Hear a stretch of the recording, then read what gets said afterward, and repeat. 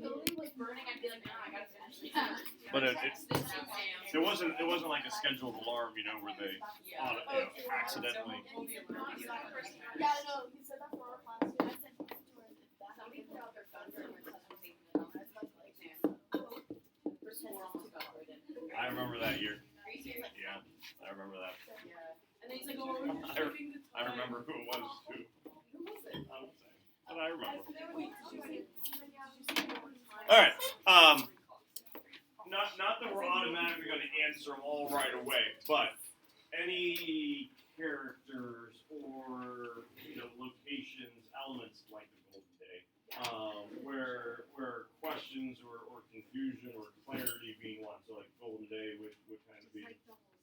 Yeah, which honestly probably won't get to that one. My guess would be until tomorrow, but we'll definitely talk about it. So the whole Golden Day scene, which is going to be chapter 3. Okay, so the battle royale.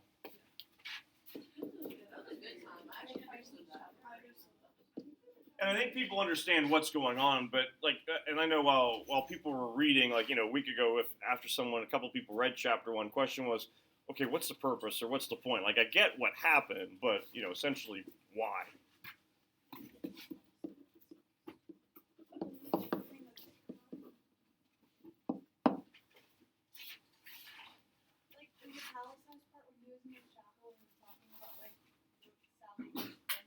Uh-huh. I did not know why that was brought up.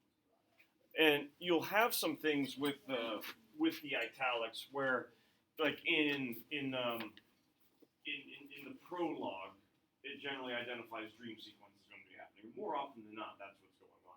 Sometimes it'll also kind of end up switching more of just what he's kind of painted, like thoughts, as opposed to what he's listening to. So when you have Barbie speaking, you're talking about where before Barbie starts to speak, he'll do some things where he'll kind of go, this is what thought process is. This is what's kind of going on within the narrator's head. And his name's Tim. What's going on in Tim's head, as opposed to what he's actually going to be, kind of listening to. But that he does, Allison will kind of do those things when you have almost, I don't want to go say change of consciousness necessarily, but at least a change in thought process. But yeah. And really the Barbie sermon too, people generally tend to have questions about as well. Anything else?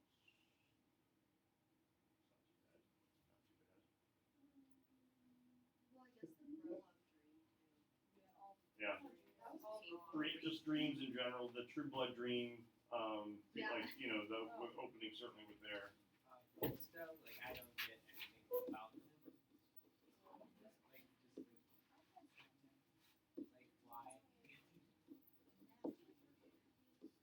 Why? You mean character motives almost for him? Why is he like that? Okay.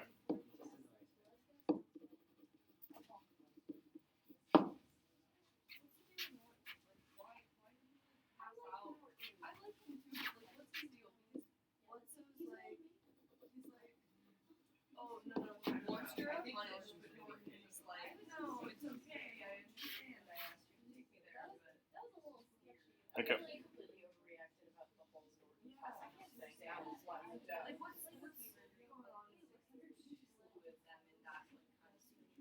Bledsoe and Norton, or so, and just to clarify, not that I know this questions, Bledsoe's black. Bledsoe's the leader of the school. Okay, so he's the black headmaster, whereas Norton is white. Okay, and you even said he is a trustee.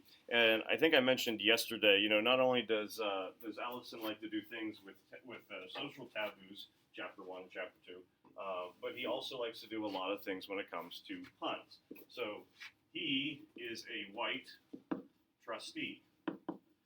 What does Morgan? What's the narrator's name? Good. What does Tim do if Norton says anything? Yes, and will do whatever Norton asks him to, because he's a white person. I'm supposed to listen to him no matter what. I mean, and that becomes very clear in chapter 1 with the whole boxing scene and all that kind of stuff. So really, he is a white trustee who Tim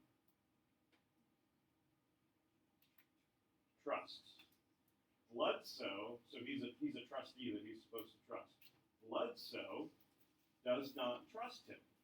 Bledsoe doesn't want to listen to him, but Bledsoe understands that how does Bledsoe have to act? I have to kind of play the part, so it seems as if I'm going to be submissive. With Bledsoe, and kind of like what's his motives, what's his character motives, if you're going to put it down into one word, Bledsoe wants power. Bledsoe wants to accumulate as much power, as much, not energy, but as much control, command as he possibly can have. And that could be over whites, that can be over blacks, doesn't matter. If you get in his way, he's going to bulldoze you. And he's willing to do whatever he needs. So he does not trust the trustee, but he certainly wants to play the part, because if he looks bad to Norton, that's going to impact him. And certainly the school is meant to have a certain kind of image, because you need this money coming in, especially from the white Northerners, to maintain the school.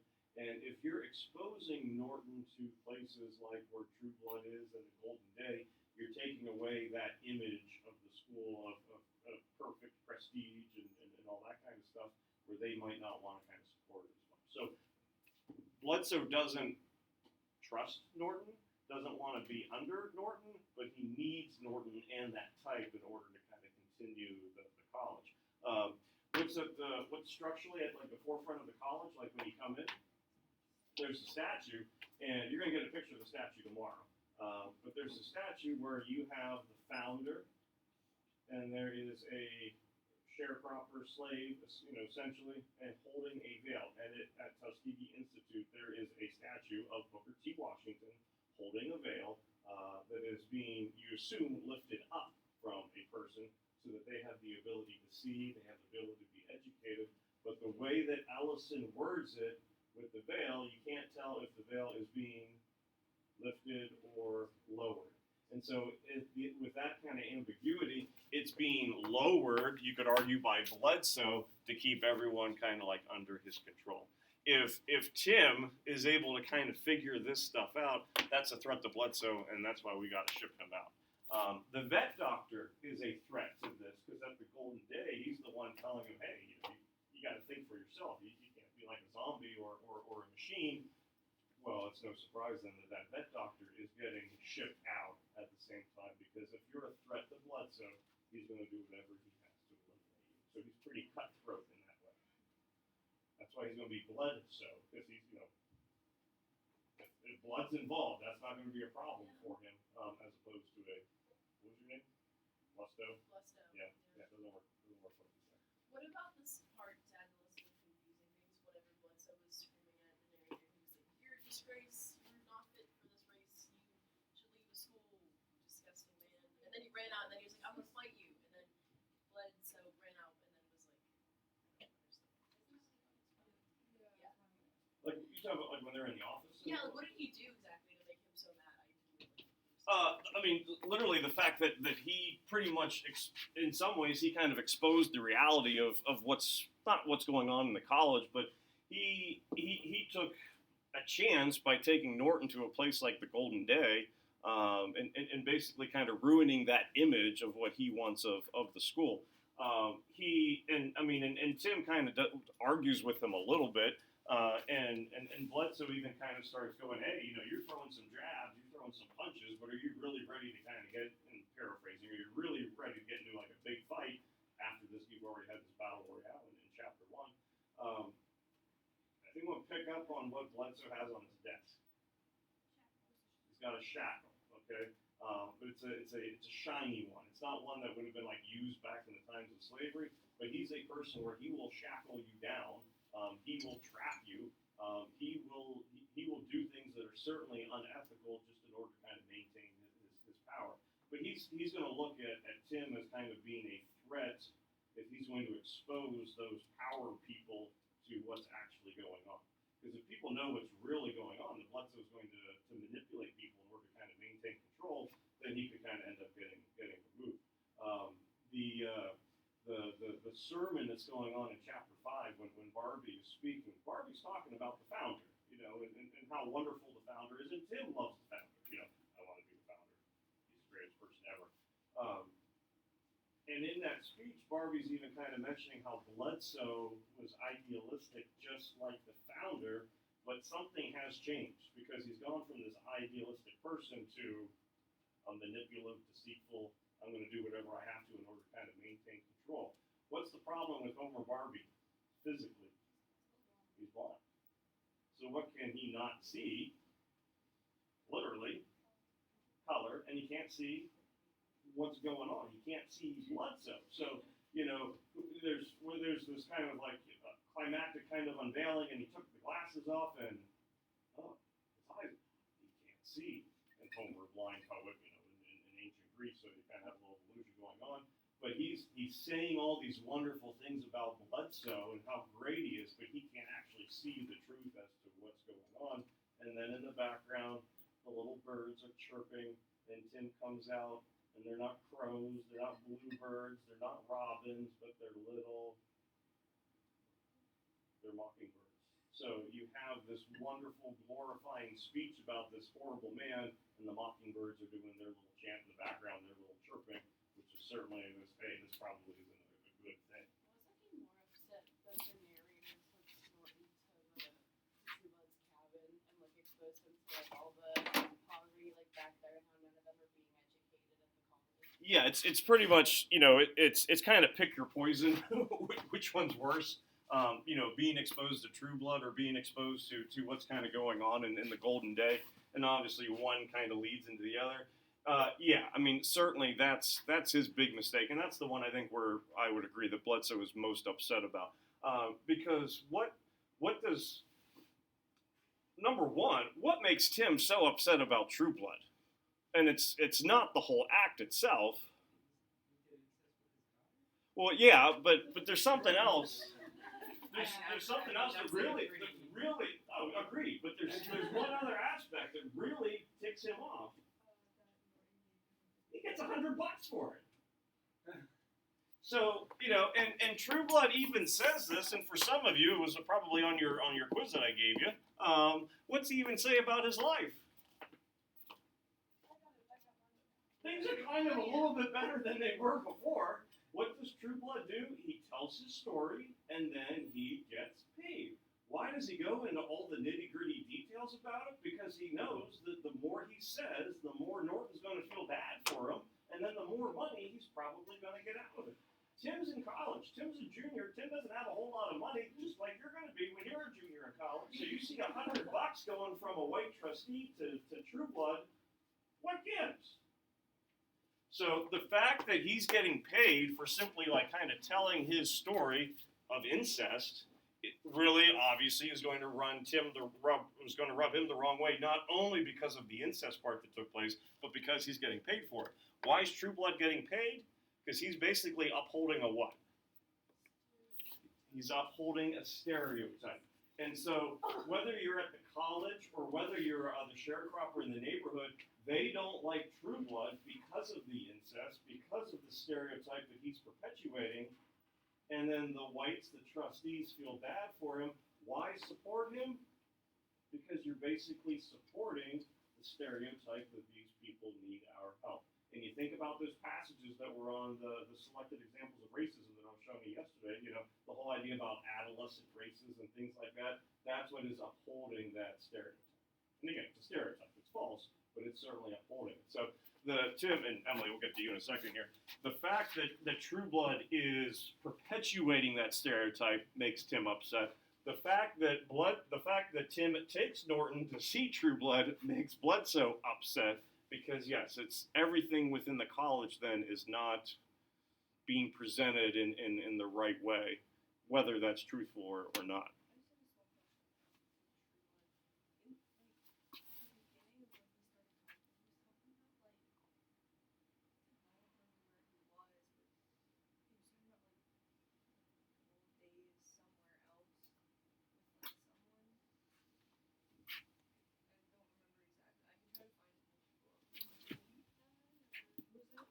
With Bledsoe speaking? Oh, True Blood and Tim conversation? Somewhat. It was like right in the beginning. He was talking about something being like in a different place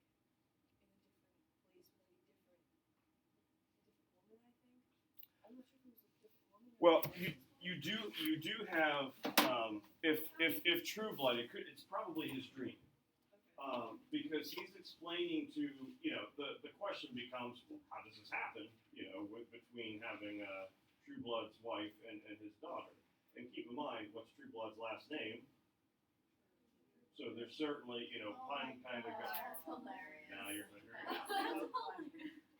and it's in some ways it's kind of a double-edged thing where it's punny in the sense that, the blood is true within the family.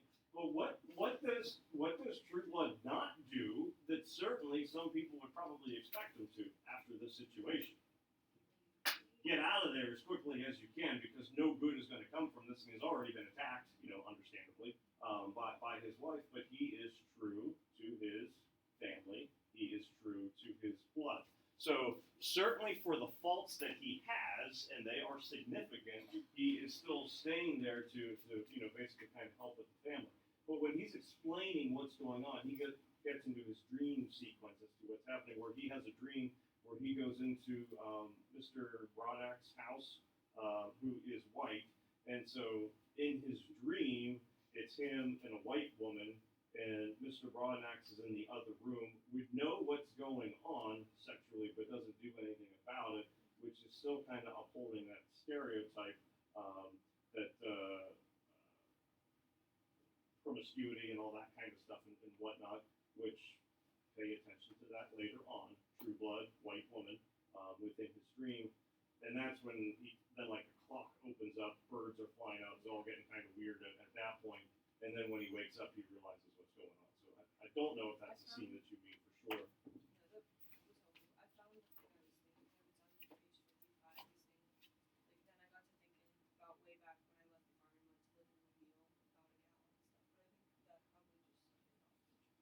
Oh, okay, with True Blood opening up the narration with, yeah. Okay. Yeah, at the top of 55. But yeah, that dream is one that a lot of times people are like, what in the world's going on? It's not ever going to truly kind of make sense, but understanding the sexual taboo that's taking place between True Blood and a white woman with someone knowing about it, kind of keep that in the Rolodex and in the back for a little bit. All right, so let's prologue. What do we know what's going on in the prologue? He's in this hole. He's feeling whole in his hole. It is a warm hole.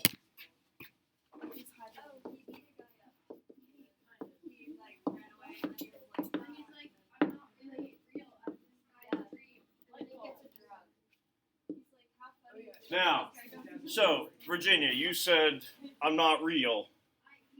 At that, he gets mugged by a phantom. So, prologue, keep in mind, is like quote-unquote present day, some 20 years after Chapter 1 takes place.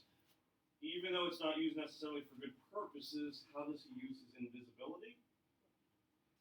For his benefit, for his own power, in order to attack someone who rubs him the wrong way, doesn't acknowledge him, and therefore he becomes violent. He comes back into his hole. He comes back into his cave. He has 1,369 light bulbs. Why?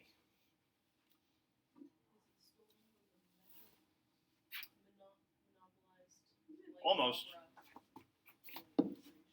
So he is stealing electricity from the monopolated light and power company. You did get close. You were even asked what the company is. You were still throwing it out, so that's good.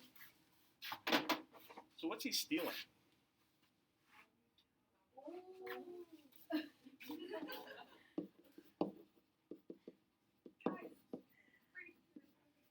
$1,369. Multiply that by like 40 or 50. Roughly, what are we looking at then? A lot of wattage, a lot of power. I was reading, trying to figure out something, what was going on. But, when they were on the bus, and doesn't the vet warn him that, avoid the invisible man who pulls the strings? Mm-hmm. So, is he now become the invisible man? Well, so, what, and not that, okay, therefore this makes them exactly the same, but what are the character motives of Bloodso someone who accumulates power, someone who will manipulate people to kind of consume power or to achieve power. What's he doing? He's manipulating the monopolated light and power company in order to kind of accrue his power. He doesn't seem to care who you are or what you do, but he is kind of becoming at least some kind of power hungry person. He loves the founder. By the time he's done with his conversation with young Emerson and he has seen the letters that Bledsoe has sent, he absolutely detests Bledsoe. But what is he kind of doing, whether he knows it or not, Shay? He's becoming Bledsoe. In some ways, he's kind of becoming similar to Bledsoe.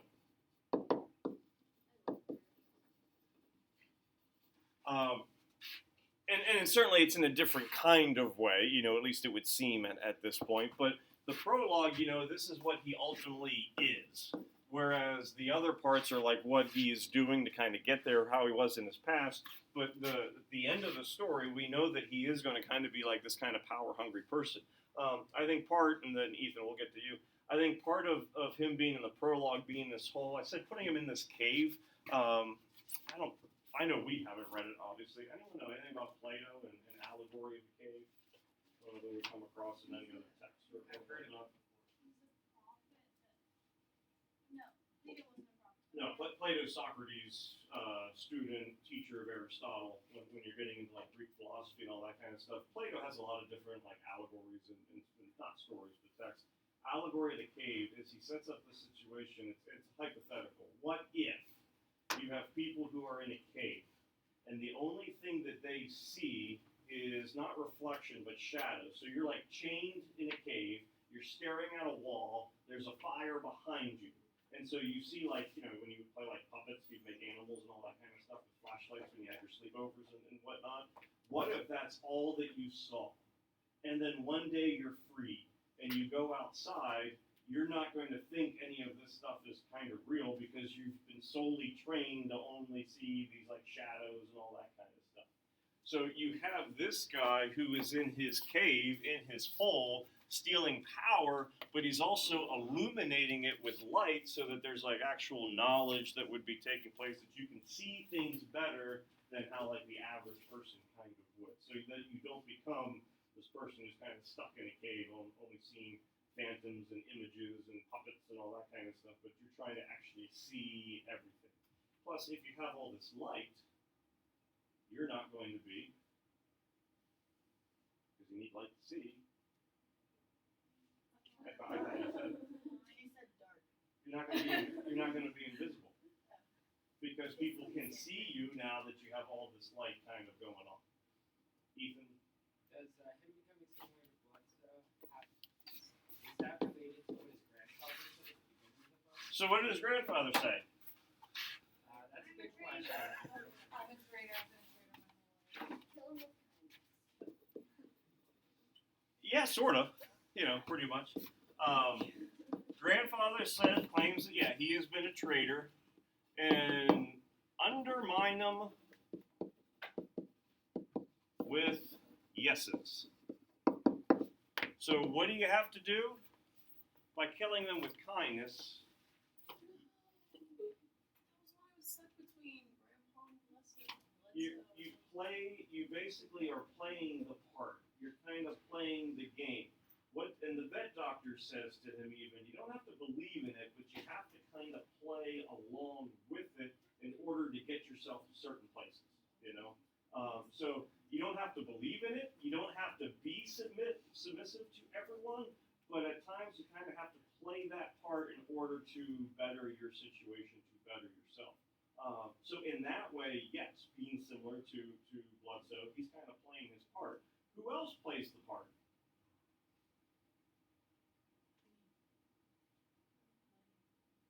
Yeah, but who? That we already talked about. True Blood. I'm going to tell you the story. It's not a good story about me. It doesn't make me look good. But by me perpetuating this kind of stereotype, what am I doing? I'm getting paid. I'm supporting my family. I'm supporting myself. I'm doing what it takes in order to kind of get ahead. So yeah, you have this. You have a very naive person at the beginning of the story who is very idealistic, The person who is most realistic is kind of Tim that's underground, you know, in the cave, where he's kind of learned to play the game, where I'm going to now steal that power from the monopolized light and power company and whatnot. When, Ethan, do you remember when Grandfather's Dream kind of gets mentioned up, like when he's opening up all those envelopes, plot-wise? Vaguely, I don't remember when that happened. It was like after he got the 7 letters from Bledsoe, and you imagine like opening them up. He mentions them again, yeah, but there's one time before Bledsoe's letters that dream. yeah.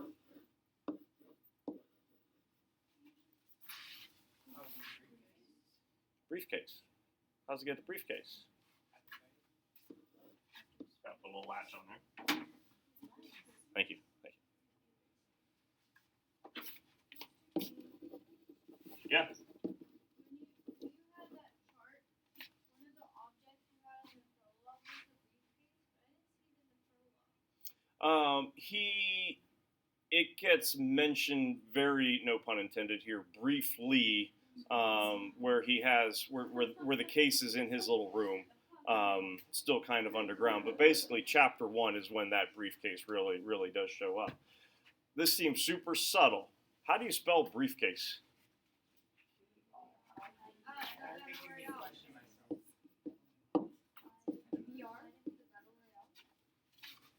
Correct? How does Ellison spell briefcase? It's a little different. I'm guessing not like that. Hold on. Is it EE?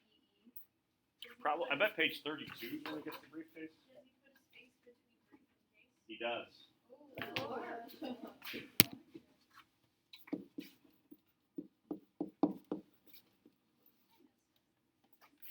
So the difference is it goes from 1 word to 2 words. This is the proper way to spell it. Okay, and I think Ellison knows that. What's it mean when you got us 2 words?